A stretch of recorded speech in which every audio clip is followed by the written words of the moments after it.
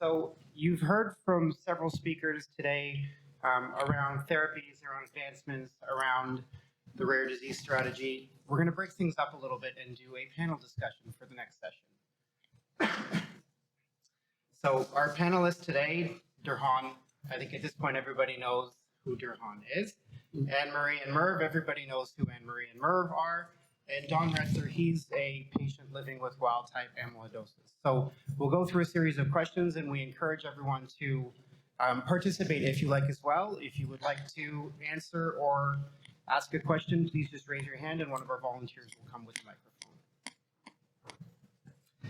So to begin, I'm going to start off with a little bit of a broader question, a little bit more of a philosophical question. I'd like for all of you to define advocacy for me. You can jump in whenever you're ready. Go ahead. Everybody can hear me. The word advocate means to support, to fight against, or help in a cause, a paladin, a white knight, a champion. And when I first contacted this situation and started talking to Anne-Marie about this whole situation, and we started talking about what we were going to do, she gave me a lot of good pointers of what I was going to do. So I did start contacting my member of parliament about seeing what we can do about getting this drug happening, tafamidis at the time. And, I think I got through to him after I did talk to him a couple of times. I wrote a couple of letters, which he did passed on at that time. So I think that is what we need to do is, get up, get out there, write a letter, make a phone call. It's only a few minutes of your time. We waste a lot of time doing other things. So why not use that time to do something useful? And I think I helped make him understand when I was talking to Rudy about that. He actually thanked me after when I, finished explaining everything to him, and he said, I wish more people would do this kind of thing so that we can get things moving. So. Yeah, one of the things that I learned in terms of advocacy, and especially when you're contacting like members of parliament, etc., many of us, myself included in this, we used to think we had to list, like maybe 20, 30 different items of this is our wish list, this is what we'd like you to do for us. But in reality, the best thing to do, especially when you're approaching a government body, is to ask for one main thing, because that one main thing will may not get resolved straight away, but it'll be listened to, and they'll pay attention to it. Whereas if we go with like 20, 30 different requests, it kind of gets lost in the shuffle. So I found, in terms of what Don's talking about, is you have to be very persistent doing advocacy of any kind, because you won't get the response that you want, and you won't get the answers you want on the first round. Often you have to go many, many, many rounds. And the more people ignored me and didn't respond to me, especially in terms of government, the more determined I got that I was going to get an answer come hell or high water, and they were going to respond. And eventually, after, I can't remember how many different emails and phone calls and whatever, we got responses to that. So if I have to give any advice to anyone in terms of if you're advocating for something or for somebody, be persistent. Just develop that nice thick skin that I think I've developed over the last little while. Yeah. Well, from my point of view, I'm married to a pit bull with lipstick.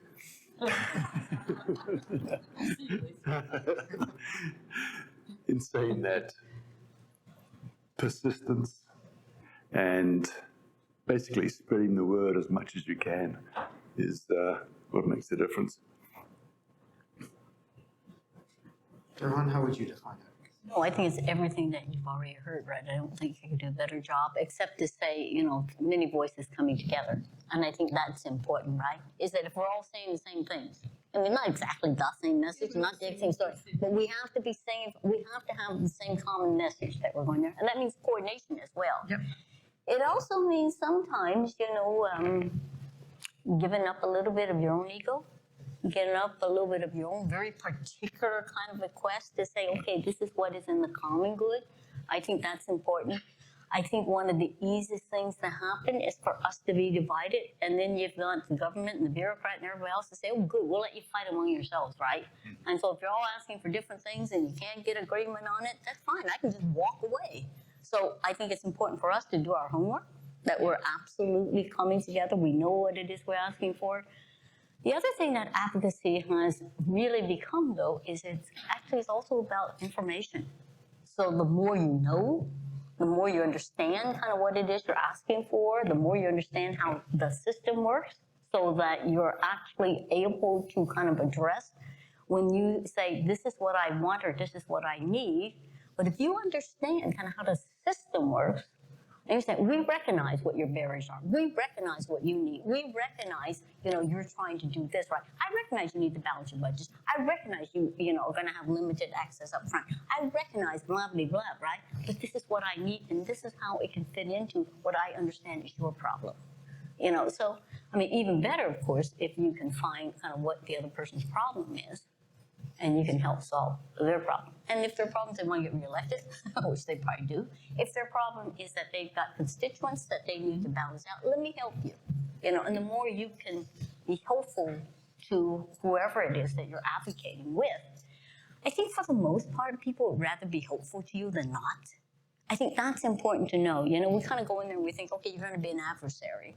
And really, very few people are really a-holes, right? They're kind of... Most people are actually wanting to be somewhat, helpful to you.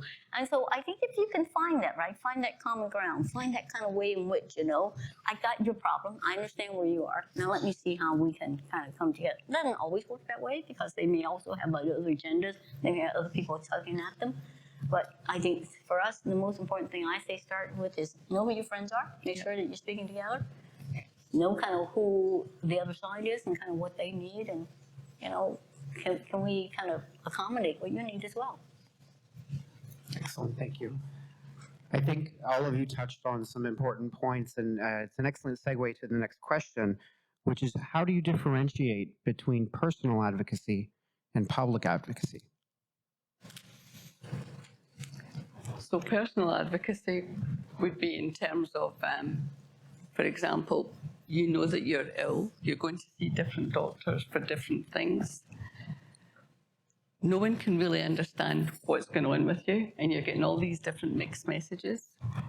You get misdiagnosed on numerous occasions, and it's nobody's fault. Let's face it, with 8,000 rare diseases out there, how the heck can one person or two persons be able to put them all together, especially when you've got something that's as complicated as amyloidosis and it has many faces?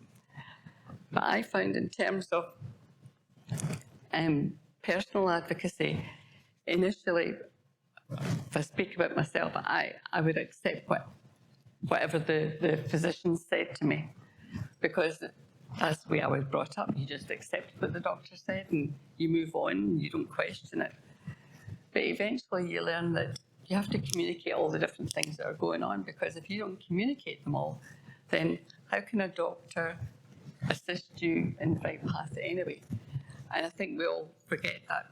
Also, in terms of ageism, which we touched on briefly, as you get a little bit older, often it's, you're now in your 60s, because you expect that, and it becomes an ageism thing.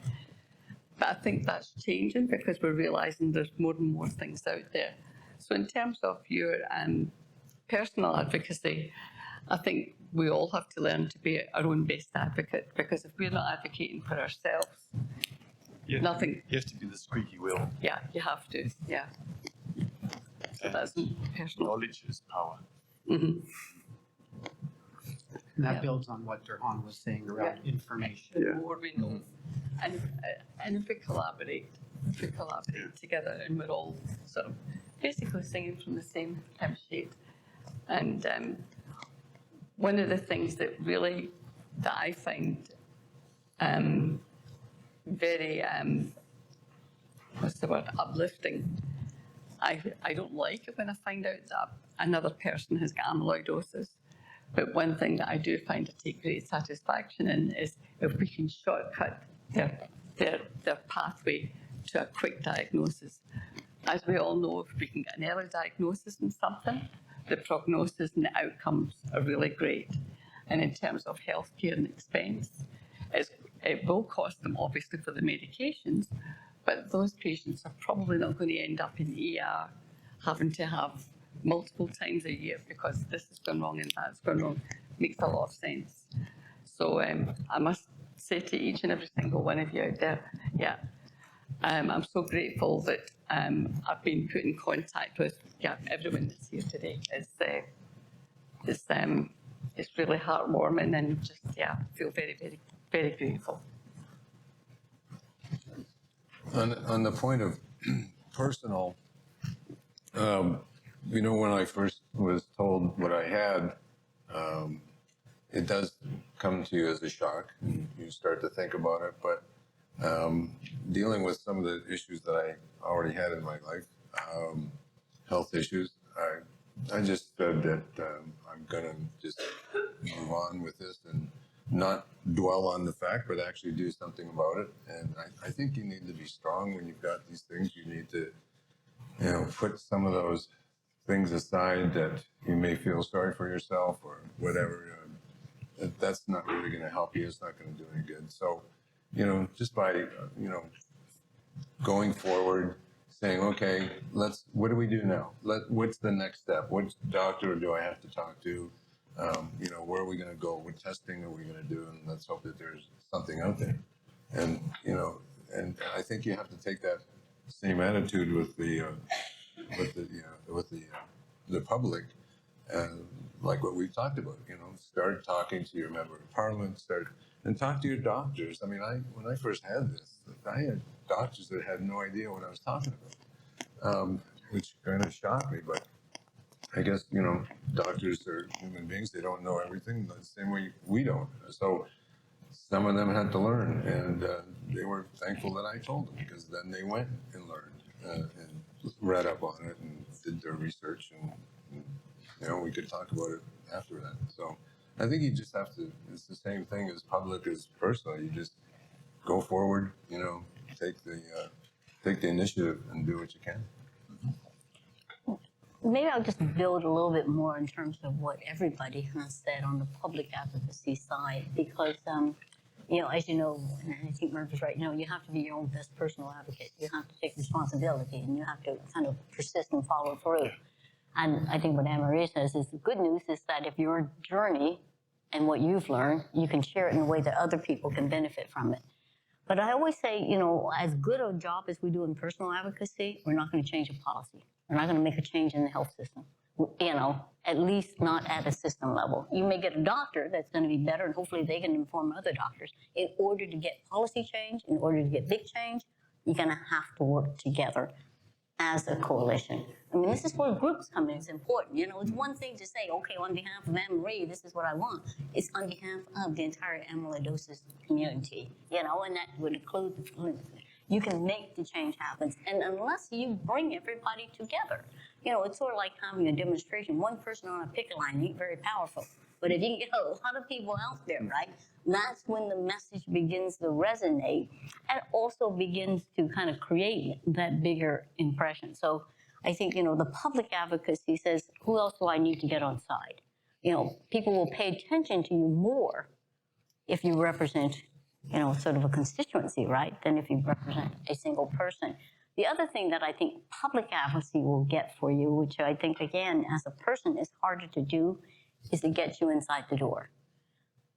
Again, you may be really powerful with your own personal provider and be able to make some changes, but if you want policy change, you got to get inside the door. I say, no matter how good you are outside the door, unless you can get inside the door and get a seat at the table, nothing happens.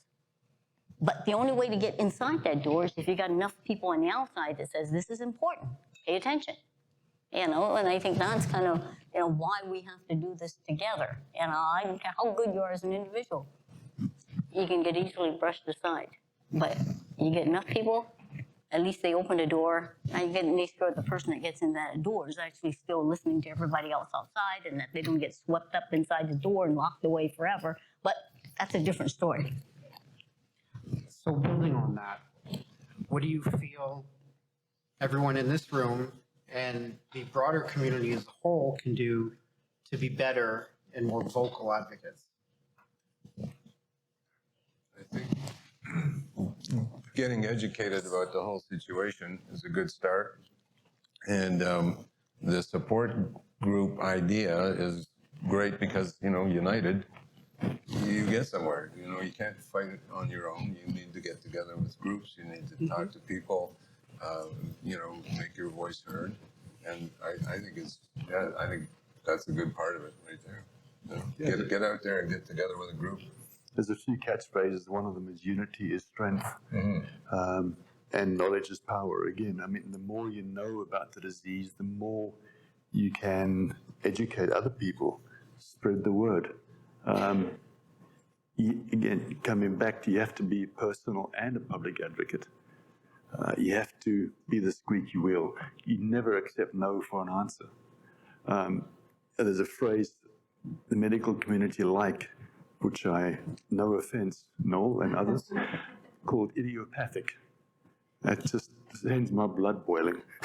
In other words, we haven't got a clue, but carry on, take some aspirin. Don't accept that. But there's only way you can really explain an illness that doesn't fall into a category. And that's why I guess we say, it's idiopathic cardiac. In other words, we don't really know what's caused it. And yeah, I mean, it took me a little while to figure those things out, but yeah, to your point, it's right. And together, I think the more of you that are together, the communication's key. And if we're all doing pretty much on the same page, and our objectives are similar, if not the same, then I definitely feel we'll succeed. It'll take time. It won't happen in the first round, but it'll. I know that when the minister made the announcement of the rare disease drug strategy, so they had a press conference, the minister standing up there. I got to speak immediately after the minister, and I looked at him and I said, "Thank you very much for this, but I gave you this proposal 10 years ago." Just saying, and we wrote the first request 15 years ago. So just saying, but it goes back to what you're saying is you got to be persistent, right? Don't give up. So sometimes it takes a good number of years, but at the end of the day, I will say also though, it's the power of the personal story. We talk about getting to the table. We talk about doing policy. I will say I give this new minister a lot of credit because before he made the announcement, what he did was he held a round table with patients. I mean, he's an economist or a finance guy by training. And he, has not been in that portfolio that long, but he was willing to make the announcement. But he says, I need to talk with people. He brought them in. And in fact, they delayed the press conference because he said he couldn't get out of the room. He was listening to people's stories. He didn't want to leave. I mean, that's, the importance, right? And that's the trade-off, right? There is no substitute for the personal experience. There's no substitute. Nobody can deny what you experienced. I mean, I can deny whether it's right or wrong or ethically or cost-effective and other things. I cannot deny your personal experience. But it means that people have to be brave enough to share it. And I think that's the other thing. Not everybody wants to hang out there, all this stuff there, and no fault to anybody who doesn't want to, be that person. On the other hand, if you don't have some of those persons, then it just becomes sort of a theoretical issue. Derhan, you've had the opportunity to be exposed and see and interact with many different communities in many different disease areas.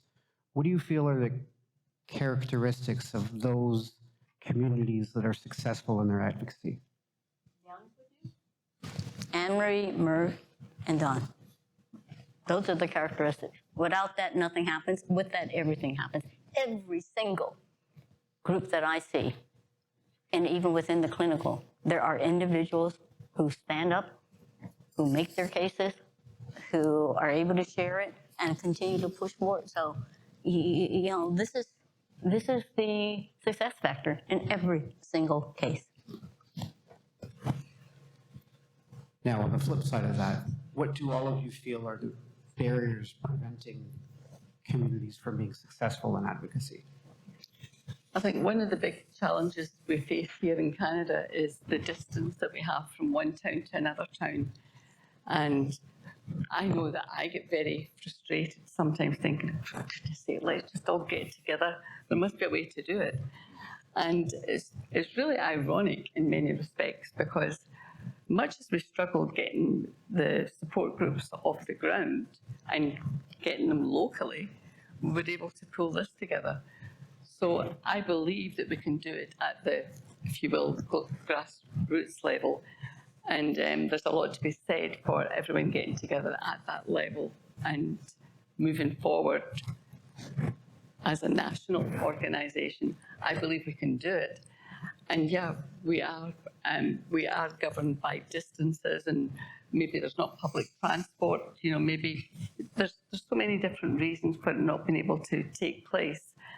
In saying all of that, I often look to the US and to like Muriel and Steve, and I see what goes on there, the amount of different meetings they have, the amount of different conferences they have.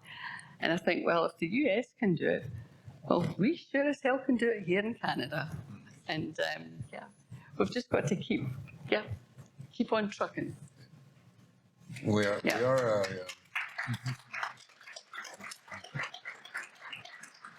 we are a small group when you take into consideration all the other things that go on in the world with these other diseases.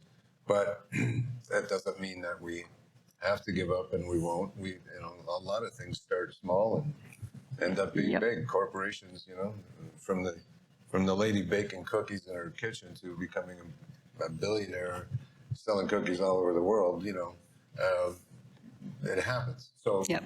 as a small group, if we continue on with our support group, trying to get them together, and as Anne-Marie said, let's get together at events like this and tell everybody that you can. Your members of parliament, your relatives who may have some connection in the pharmaceutical world or the medical world in some ways. The more that we speak about it, I guess, to the powers that be, then I think we got a chance of making ourselves known. Yeah. Yes, there's small things you can do in spreading the word as well. What I call an elevator speech. Very short summary of what amyloidosis is all about.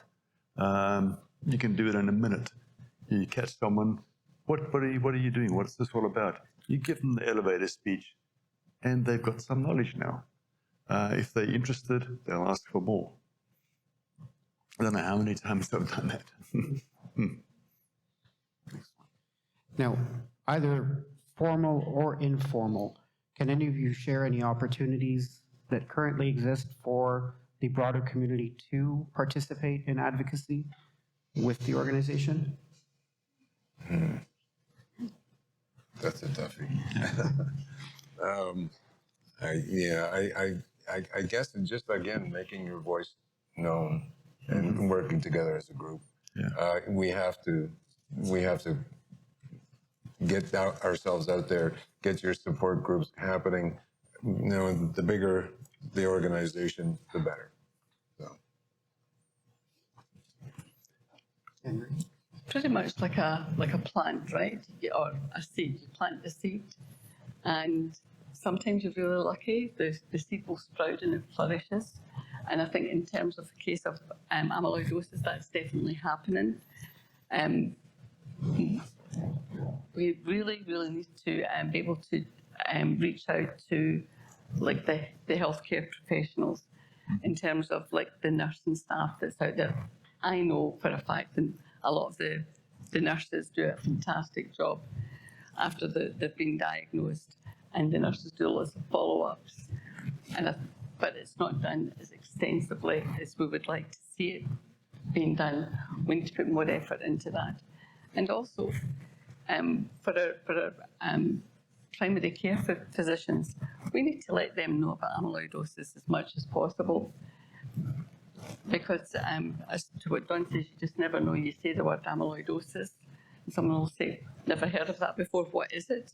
And as Mer says, you just give the elevator speech, and if they've got any other questions, because you never know who you may end up helping in the long run. Yeah. And of course, there's groups like Facebook and Twitter and all these. Oh, things, yeah. Spread as much word as you can. Yeah. Yeah. Oops, sorry, I was too close to the mic. The microphone is coming. It helps pick up with the camera. I have to move this back a bit. I gotta get it now. Okay, so we used to work with the ALS Society. Into the microphone, please. We used to work with the ALS Society, and once a year used to have something called Hill Day, where we'd go to Ottawa. There'd be a group of us, patients and other, medical professionals, clinical, social workers as well, and we'd go to Ottawa and we'd talk to the MPs. Avi, into the microphone. Shame. Is that working? Oh, is it not working? Is the microphone on?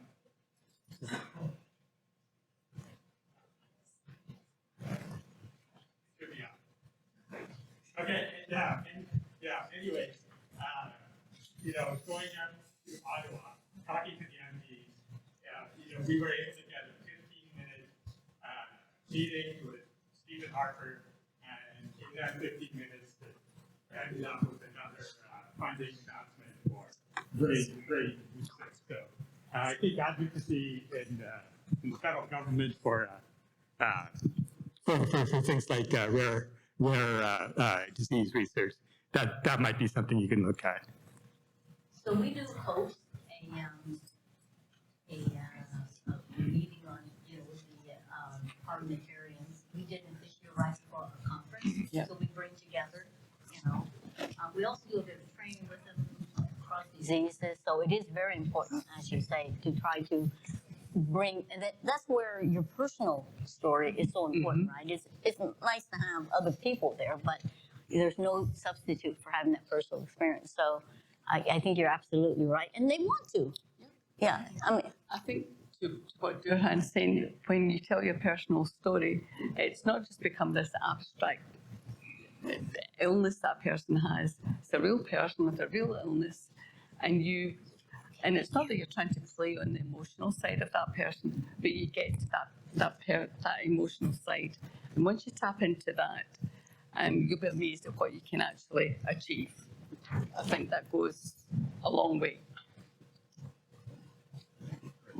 What will be your take-home message to everyone here today pertaining to advocacy?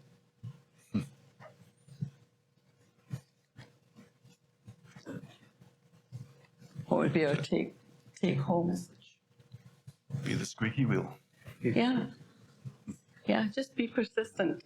It may seem that you're not getting any further forward, but you'll be amazed at how much more forward you will get each time you go back to this. Yeah.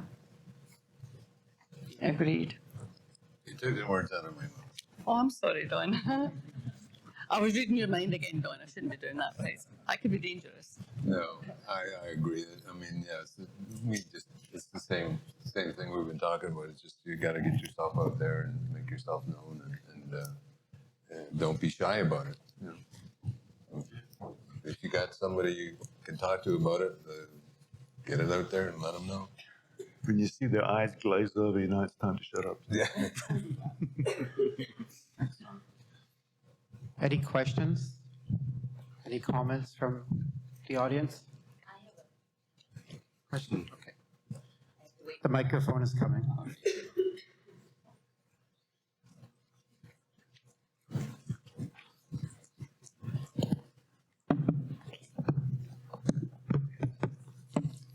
Do I have to wear a mask? Yeah. And you gotta take a medicine, and you gotta scan. It's all good. I just want to say that everyone in this room basically can become an advocate immediately. They just go home and they talk to every doctor that they're going to see in the next 3 months and tell them they were at this event, and have Anne-Marie come up with a pamphlet or a trifold or something giving an overview of the organization and the disease, the quickie, and then make sure that she mails them out to you, and you can pass them out. And every time you go to a doctor's office, you know those slots where the pharmaceutical things are, pull them out and put the amyloidosis one in. Okay? And just basically be such a thorn in the doctor's side that it's going to say, we're so tired of pulling those things out of those things. So, and then spread the word, and there you go.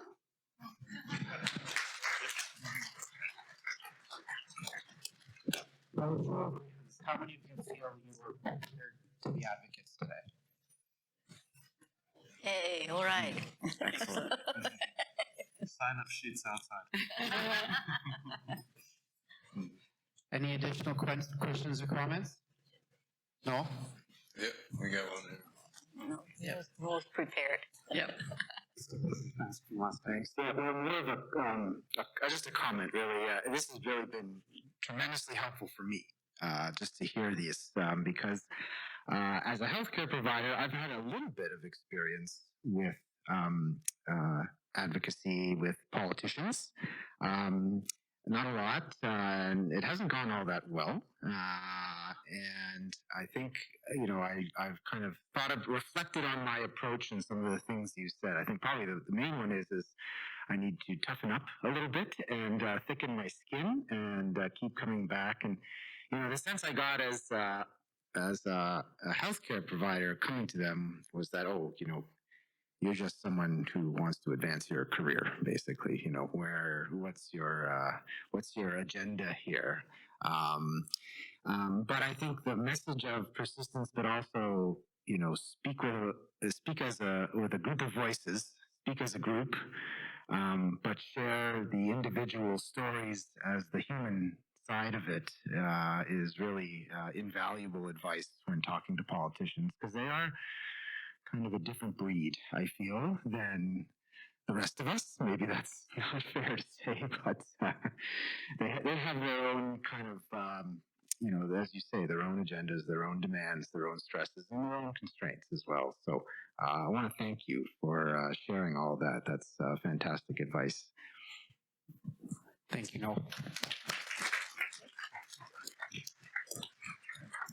Any additional comments or questions?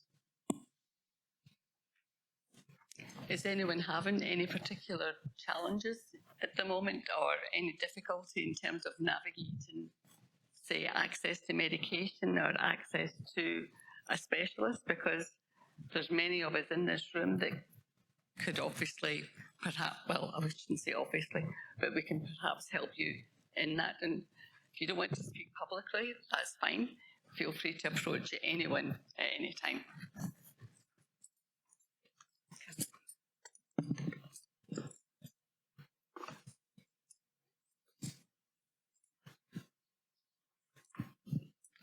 I'm responding to the comments that was made by Dr. Fine.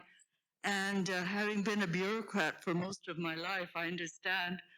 But what surprised me when I got sick was that I encountered the same kind of attitudes, Dr. Fine and others, in the medical profession that we have in government. In other words, establishments are establishments, and they protect their interests. That's the commentary about what it is that we have to face as advocates. My request, and I know very little about this, I've only been diagnosed for just under a year and have had the privilege of seeing a cardiologist responsible for my well-being in that particular juncture of my life for about 15 minutes, so I know very little about this. But I do appreciate very, very much being here and what has been shared, and I've benefited immensely from it. And what I would like to find out more about is whether these care centers that were talked about and we have in Canada in some places are going to multiply In other words, heart, kidney, neurology, and all of that good stuff with specialists. That's number one. And secondly, perhaps a question to you, Anne-Marie. What are the numbers of associations or sub-associations, subgroups of this contingent? And could we have them in other cities? And perhaps the template that this lady that spoke ahead of me for doctors could apply to people that would be interested in helping form some of those. So that's a comment and two requests. One for more health centers, where I am, as a patient, I know that my liver and my kidneys, and not perhaps and my brain and my heart are being looked at by everybody that needs to look at them. And secondly, perhaps grow this sort of advocacy group in centers. Thank you. Anything else? Any other thoughts, comments, questions? No? Okay, so we're going to take a very quick 5-minute bio break as we transition to the next panel. So it is right now, according to my watch, 1:15, so we will reconvene at 20 after. So 5 minutes.